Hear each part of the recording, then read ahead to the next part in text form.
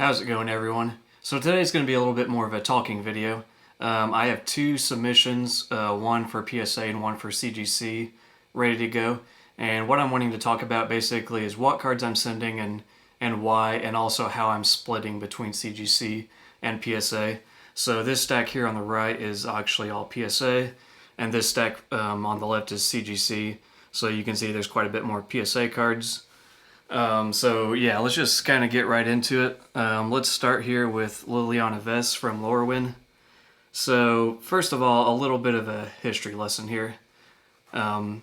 So the way I kind of divide up the eras of Magic is and this is from a collector perspective, is like starting at 93 through 99, of course you have the reserve list. And that's basically where I feel like 95% of like Magic collectors' attention is.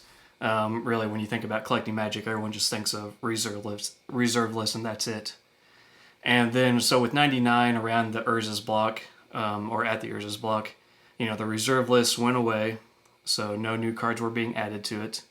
And then foils were introduced into the game, and that sort of became the collectible thing because those were the thing that was hard to pull, and they looked the coolest and all of that. So that's kind of where I start with Era 2. And then that goes all the way up until 2008 for me. And that's when Planeswalkers were released with Lorwyn. And the reason I kind of, that is significant to me is that's where characters kind of became the face of Magic. Before that, there was creatures, and there was, some characters like Sarah Angel or Sisay or Teferi, I think, and Urza. But they weren't like always the face of the game. Like there was definitely a big change with how Wizards marketed Magic and everything with Planeswalkers, and I think that kind of was trying to compete a little bit with like Pokemon and Yu-Gi-Oh! And these other card games where they are very character dominated. And really, I think that's why Pokemon is so successful in this area, is because literally every card is a character, or at least 95%. It's either a Pokemon or a trainer. And the stuff like items and whatnot, stadium cards, those aren't really what's being collected because they're not characters. So that's kind of where a lot of the demand for collectibles comes from, is if it's characters that people like or identify with, or like from a TV series or whatever it is.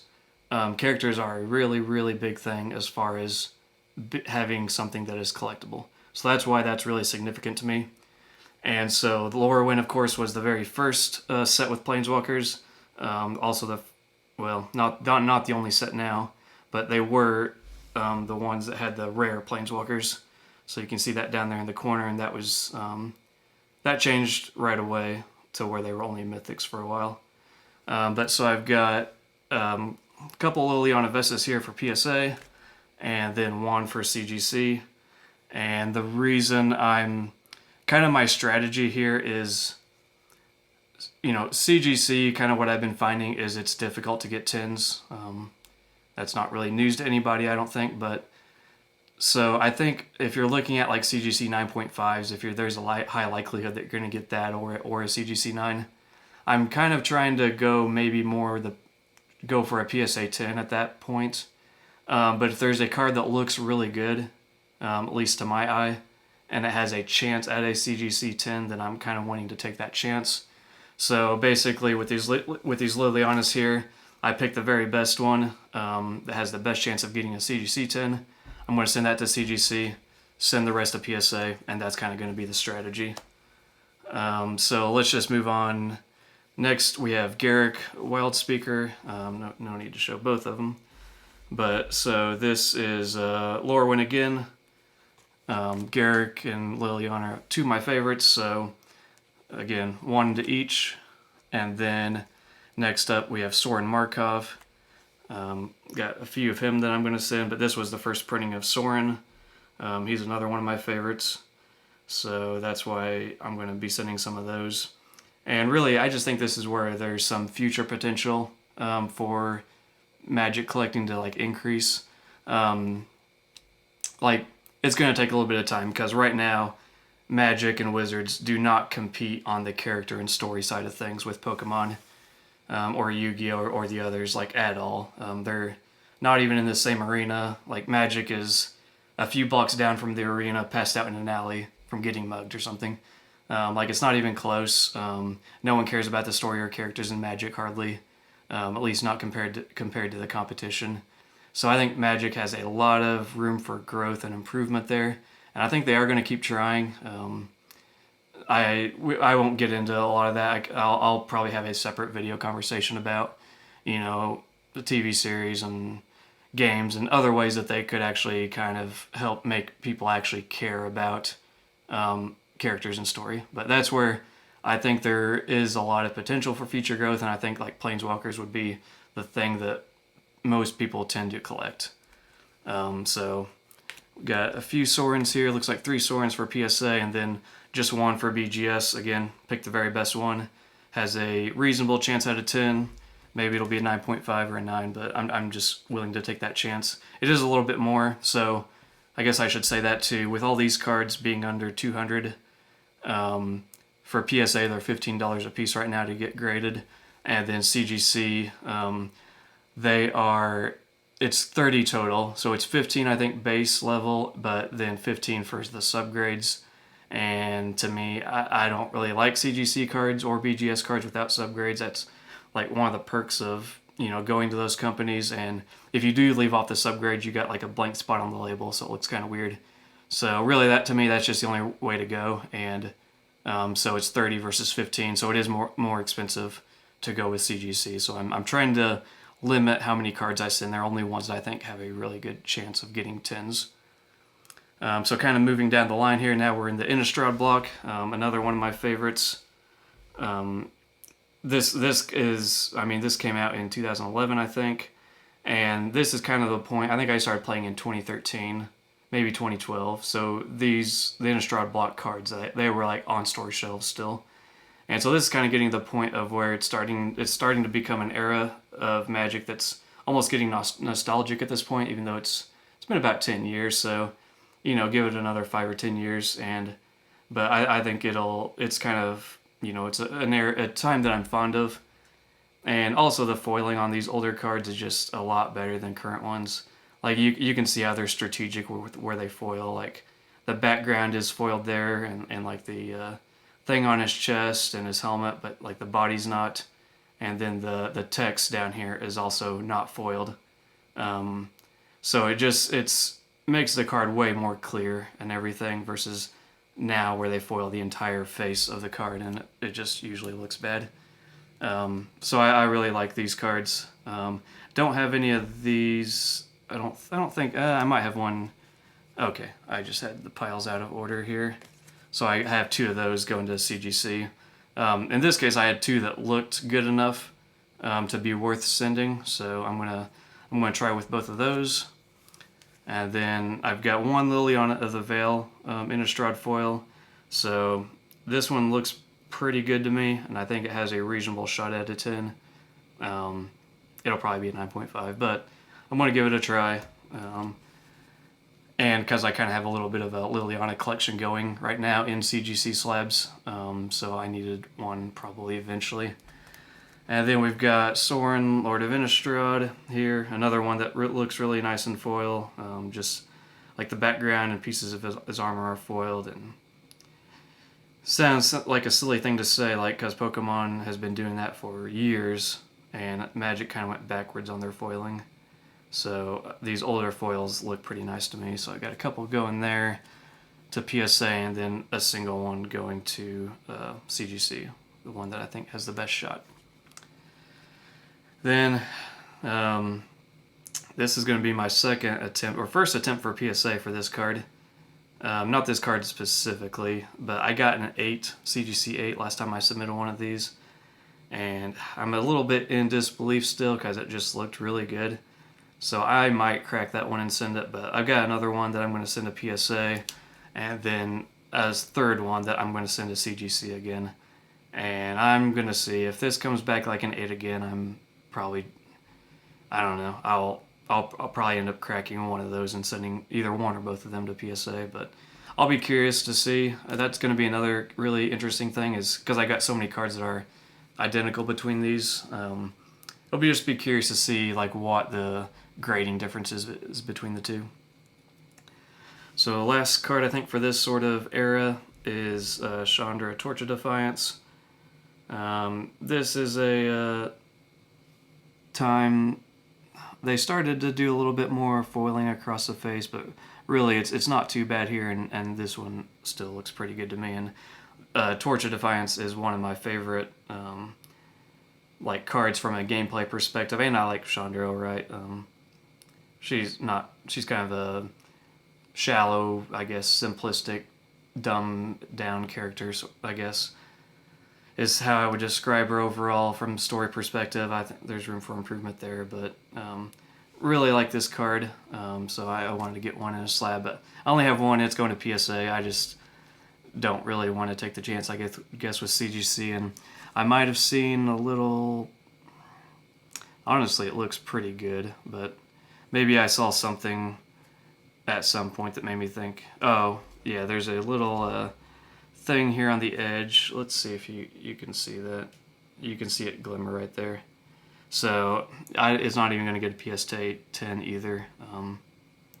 But so that's why it's not going to CGC. But I did want to get one slabbed up, and we'll see how rough they are with it. It'll be a little bit of a learning experience for me. Then I actually have two creatures that I'm sending. So one is a Snapcaster Mage, and then a Stoneforge Mystic.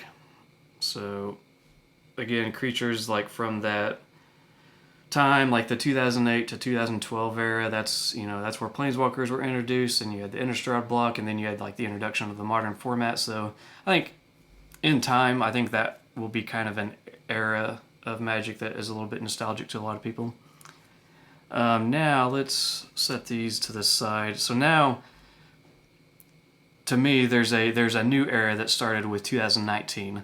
So you had the War of the Spark block, and you had Core Set 2020, and what happened with Core Set 2020 and then beyond is, number one, the rate of foil drops increased. So it was 1 in 75 before-ish, 167 maybe, and it went to 1 to 45. And so, foils lose some value and collectability for that reason alone.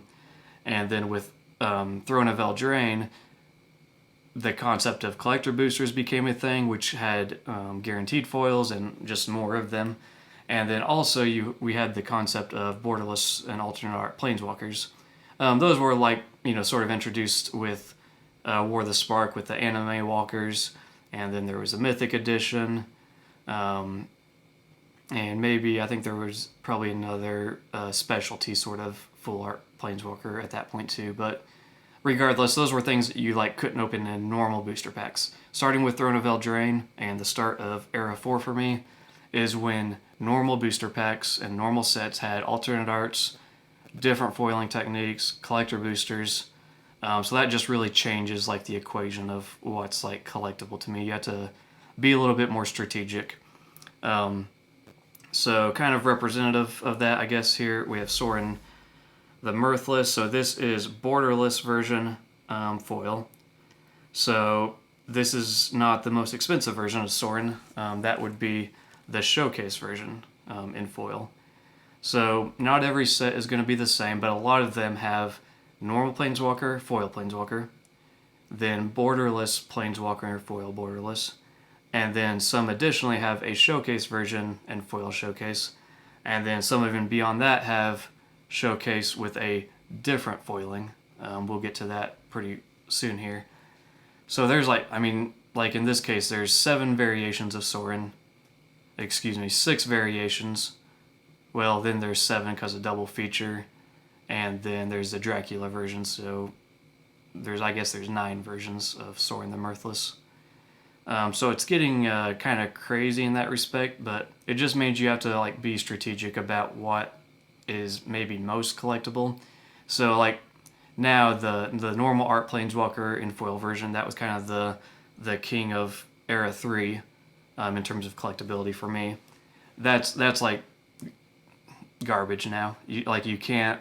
That's the least valuable thing you want, and the foiling also got worse, and so those you just have to completely ignore, at least in my perspective. So the showcase and the borderless styles, those are the things you want to go for, and then of course, ideally you want the foil version of both of those things. Now, kind of what I don't know, like I don't know how much more rare this showcase version is versus borderless. And the only reason I say this is more rare is just because it's quite a bit more expensive than this one. That could be just because people prefer this one from art perspective. I don't know. If you guys know like what the relative rarity of these are, let me know. That is kind of something that I'm still trying to figure out, and it changes with every set because not every set has different versions like this.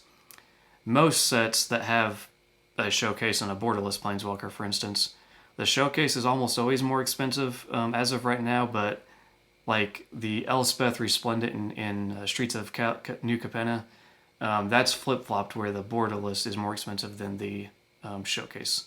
So it could be an instance of it's more dominated by what art people prefer.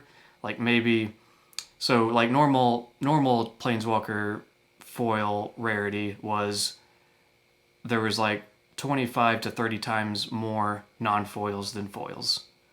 And that I don't know if that was before or after the foil drop rate change, but it's not, it doesn't really matter for this.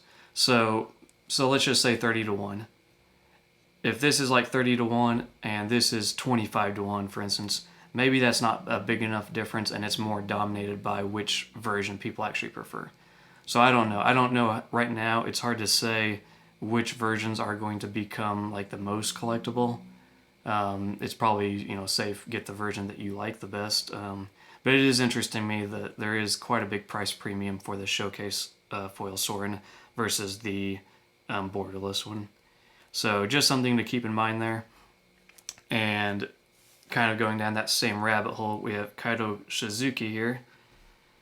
Come on and focus. And this is the foil etched version. So this is the showcase version of the showcase frame. There's a normal version, foil, regular foil, and then the etched foil. And the etched foil is more rare than the regular foil.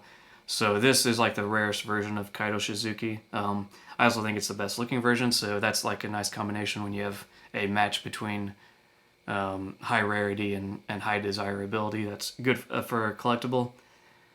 So this is definitely a card I want to get graded. Ninjas are one of my favorite tribes, that and vampires. So I definitely like this card, and I'm going to send this one to CGC just because it does like look really good. I can't find any flaws with it, so I think even though I've only got one, I think it's got a good chance with CGC, so I'm going to take that risk. Next here we've got Chandra Dress to Kill from Crimson Vow. One of the best looking Chandras in my opinion. Most of the early Chandra arts I'm not a huge fan of just because it's always just like, a bunch of, she basically looks like the Fantastic Four guy, Flame, I can't think of that guy's name, Johnny, whatever his superhero name is, but can't really like see her face or anything. It's just kind of boring artwork in my opinion, but the ones where you can actually like see the person appeal to me a lot more.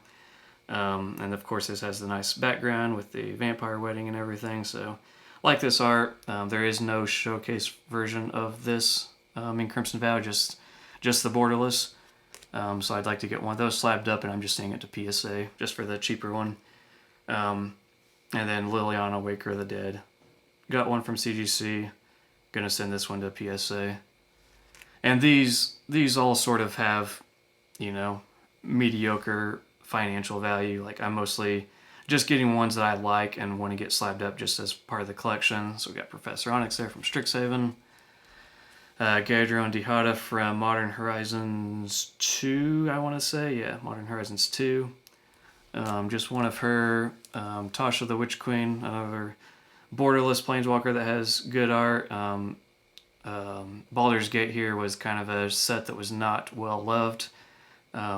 So I feel like there is less supply of it out there. Again, these cards are very cheap. I just want to get some sleeved up just for the collection.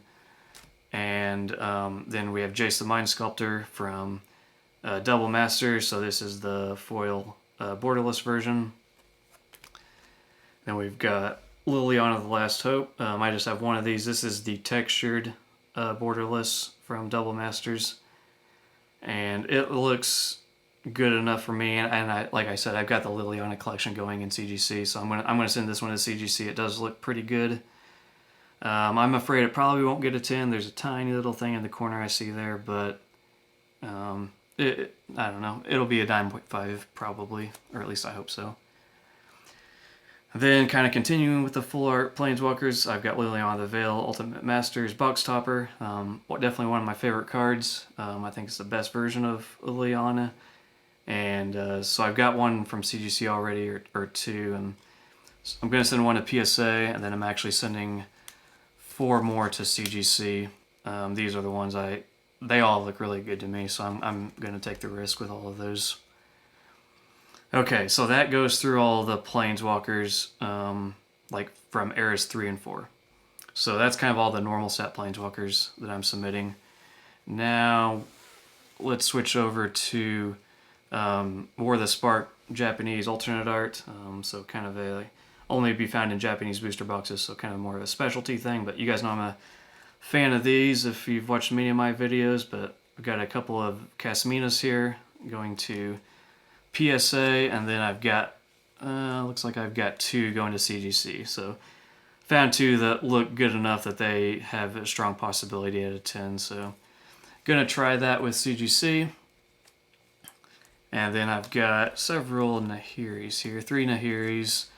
Again, foil, alternate art, anime Walker style.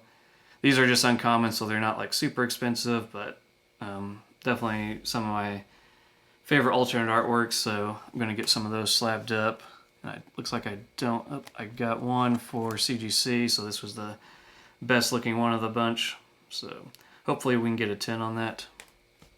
And then we've got Vraska, foil, Saheeli. So again, these are just all uncommon foils. So there's another Vraska for CGC. Then we've got a J, so now we've got a rare foil. So these are a little bit more expensive, but still really not too bad. So that one looked pretty good. And then got a Sorin here, foil also going to CGC. This one looked really good. And then on the PSA side, sending to Fairy here. Another Sorin and a Jace. So these were the Wars version, so you can see this one's a little bit off center here, so hopefully it gets a PSA 10, but you know, I think both of these have pretty good shots at 10s, but probably wouldn't get a CGC 10. Then we got the only mythic of the bunch, which is Nicol Bolas, foil there. Then actually I got a couple neat cards here. I didn't even know they existed until not too long ago, but so this is well, tell me a guess. Who do you think this is? It is Chandra Nalaar. If that was your guess, congratulations. And then this is Jace Balerion. So these were actually from a dual deck. Basically, I think Jace versus Chandra was the second dual deck released, I think in 2008. And in that year, they also did a Japanese alternate art version for Japan. Just that dual deck. That's the only one that has unique artwork for Japan. So I thought these looked really good. For some reason, the Japanese versions just look better than the US versions. It's kind of a trend we see throughout Magic. So I'm sending both these to PSA. I don't know about 10s. They both have this little thing in the corner here. So there's a white mark, so that's left side, and then you can see it a little bit here on the right side. So these... It's kind of weird that they're opposite. Well, yeah, they're opposite here. And what I'm wondering is because they sit in the case, kind of like this. I don't know exactly. I haven't opened any of those cases, the dual deck, I mean. So they might just be sitting in there like wedged in between a piece of plastic and the cardboard, or I don't know what exactly, but I'm assuming that corner damage, just because it's kind of the same thing on both of them, probably was like from the box. That's just a guess. I'm going to kind of go very quickly with these. So I've got a lot of non-foil alternate art walkers from War of the Spark. So let's just... So we got a couple Nissas. Got some Vivians. 2 Chandras. So again, going for these, I don't expect to have as much value. They're the non-foil versions, but they have some value, and I'm just going with PSA just to play it a little safer, and that's the cheaper option. It's half as expensive as the CGC option. So there's Vraska, there's Narsa. Here's this one that does have more value despite it still being a uncommon. Some people just really like this version. It does get, it is a playable card, but I don't know how many people are playing with the Japanese version, so I don't know if that's where its value is derived from, but it is kind of one of the more popular alternate arts. And then we've got more Nahiris. So we've already seen her. Then we've got a single Sorin here. One Jace. A Karn. Teferi. And then a couple Domries. Not much value in Domri. I don't know anybody that really collects Domri, but they are the rare alternate arts, so thought I may as well send them in while I'm taking the time to send all these other things in. Okay, let's do, got a couple more Lilianas here. So this is Heretical Healer, the San Diego Comic-Con 2015. You've seen me send some of these into CGC already.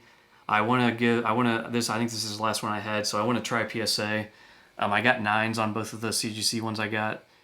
So CGC's been a little bit stingy, I feel like. I don't know. I might need to recalibrate my brain with, what a 9 is, but so I want to see what PSA will get. Yeah, not much more to say there. And then I've got a Liliana Vest, basically exact same story. Got two 8.5s on from CGC with the 2 I sent. So I'm going to try this one with PSA. And then speaking of that, this is one of the 8.5 CGC ones I got. And I just can't really agree with the scores here. Like centering and edges were both 9.5, but really the centering to me looks like 10 worthy, easily. Surface, I just can't find anything, and the corners, they just look really good to me. Like 8.5 seems sufficiently low to me on this card that I'm just gonna have PSA cross grade this. I'm asking for at least a 9 or better, but I think this has a really reasonable shot at getting a PSA 10. It just looks extremely good to me. I mean, that was one of the reasons I sent it to CGC in the first place.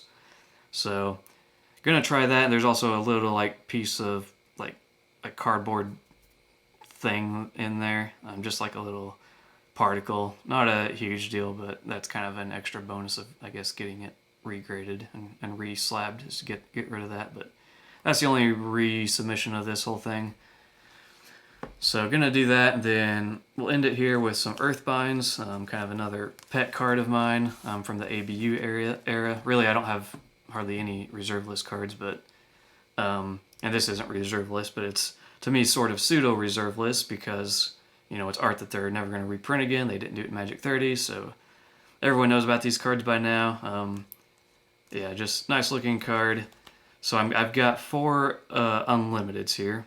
So I've graded some the alphas and betas already. I had other unlimiteds. It was surprisingly difficult to find ones that were in really good shape. Like most of them, a lot of them looked really, really good from the front here, but then I flipped them around and there's whitening everywhere, or just fadedness. So it was actually hard to find really good ones that have shots at 9s or 10s. So here's 4 that I'm going to send to PSA, and then I'm basically doing the exact same thing on the CGC side. I got the 4 best ones. So really these were the best 8 unlimited ones I could find, and there's really pretty low population for high grade unlimited Earthbinds right now. That may just be because not a lot of people have sent theirs in yet. So again, not a super high value card, but I do want to kind of roll the dice and see if I can squeak out a CGC 10, or imagine getting a CGC Perfect 10. There's some value just for getting the such a rare label. So sending 4 to CGC, and then sending 1 beta Earthbind to CGC as well. I have a couple of PSA 8 Earthbinds, alphas. and they're 8s, and they actually look really, really good to me in the slab compared to like what because I've got some like BGS 8.5s and 8s and 9s and different things. The PSA 8s just actually look better than like even they look as good as the BGS 9s and like they look better than my CGC 8.5s. So PSA either that was a fluke or they grade really hard with like some alpha cards. Mostly, I think the corners maybe throw them off a little bit. So I don't know. This is I think the last like good looking beta Earthbind I have, and I think CGC might actually be the easier way to get a high grade here than PSA just based on the other slabs I have. So I don't know. I'm going to try it. I actually considered sending those cracking those PSA slabs and sending it to CGC, but not really worth it. Not too big a deal.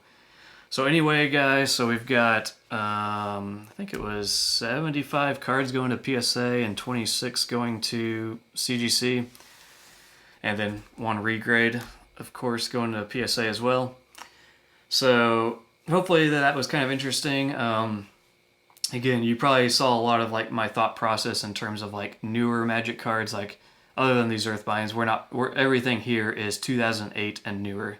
So we're talking about relatively new cards, pretty much all Planeswalkers. I think that's kind of where the most collectible potential is. Again, Magic's got a lot of work to do with getting the characters and story to be something that people even care about. But I do think that they will continue trying, and I think if and when they do that, I think a lot of these cards would be things that people actually like seek out. Right now, the collector market for this era of Magic is admittedly pretty low right now. But so that's kind of my thought process of where I'm at with like newer Magic cards, and then that's also my thought process between CGC and PSA right now. This will be a very good learning experience for me to really get a good apples to apples comparison between the two on a lot of these. So that'll probably inform, how I approach it in the future. But as of right now, I'm taking the very best of the best that have a real shot at that CGC 10 or perfect 10. Just gonna roll the dice on that. It's kind of fun to try anyway. And then anything that is like solid, I'm just gonna go with PSA, at least for this submission, and see how that goes. Hopefully these grades come back reasonably like within what I'm expecting. So anyway, I think that's all from me now. It's been a pretty long ramble, but yeah, let me know, guys, if kind of what you think about collecting newer Planeswalkers, newer Magic cards in general, what you find collectible or not, and maybe your feelings on PSA versus CGC or Beckett. Anyway, hope you guys enjoyed and have a great rest of the day.